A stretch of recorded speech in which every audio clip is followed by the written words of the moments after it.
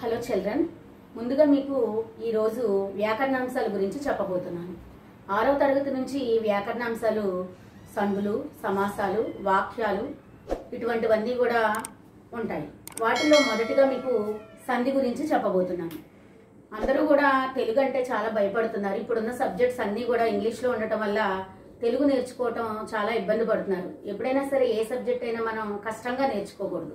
ఇష్టంగా నేర్చుకుంటే ఏ టాపిక్ అయినా మనం తొందరగా నేర్చుకోగలుగుతాం. అలాగే మీకు ఈ సందులు అనేవి చాలా ఈజీగా, సులువుగా నేర్చుకునే పద్ధతిలో నేను ఇప్పుడు చెప్పబోతున్నాను.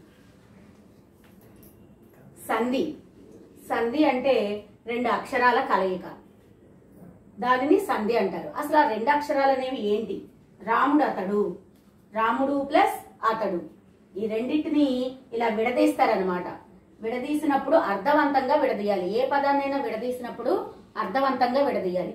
ఈ మొదటి పదాన్ని పూర్వ పదం అంటారు, రెండవ పదాన్ని ఉత్తర పదం లేదా పరపదం అని అంటారు. అయితే ఈ పూర్వ పదంలోని చివరి అక్షరం, పరపదంలోని మొదటి అక్షరం మారడాన్ని బట్టి సంధినామం ఏర్పడుతుంది.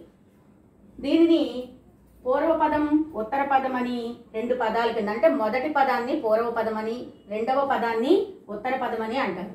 వీటిల్లో ఈ చివరి అక్షరం డు అనే అక్షరాన్ని అచ్చులు,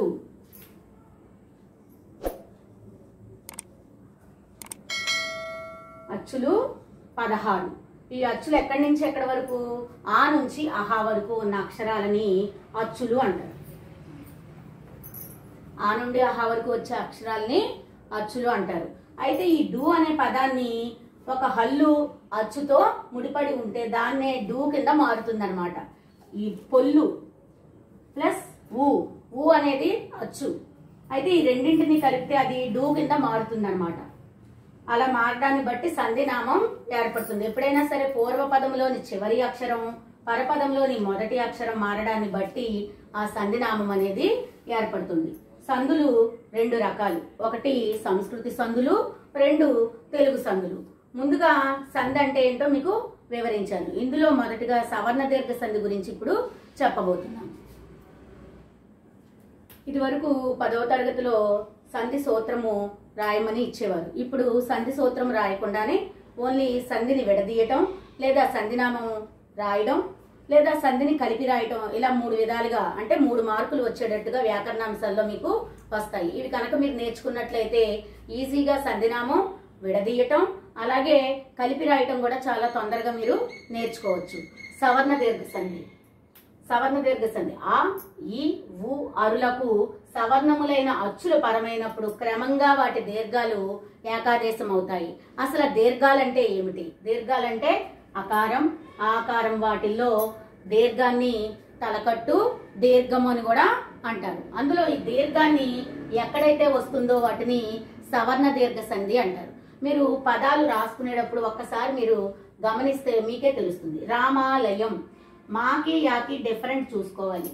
మా ఎప్పుడు చిన్న సున్నా పెట్టాలి, యాకి పెద్ద సున్నా పెట్టి తలకట్టు సమాంతరంగా వస్తుంది. అలా మనం మాకి యాకి డిఫరెంట్ లేకుండా రాసినట్లయితే పదం రాంగ్ అయిపోతుంది.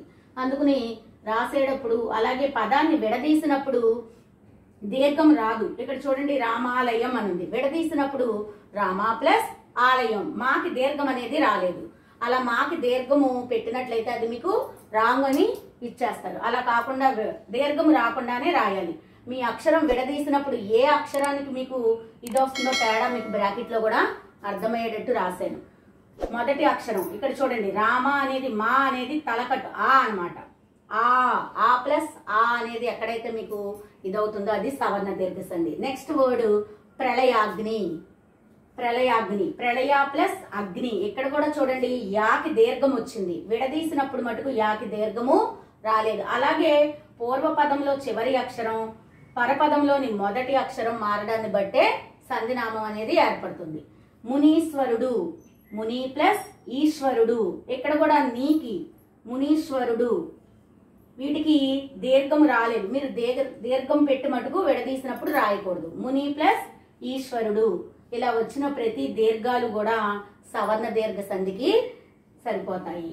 అలాగే అచ్చులు మీకు ఇందాక చెప్పాను, ఆ నుంచి బండిరా వరకు ఉన్నటువంటి అక్షరాలని అచ్చులు అంటారు. కా నుండి బండిరా వరకు ఉన్న వాటిని హల్లులు అని. ఉభయాక్షరాలు అంటే 3 ఉభయాక్షరాలు అంటే 0, అర 0, విసర్గ.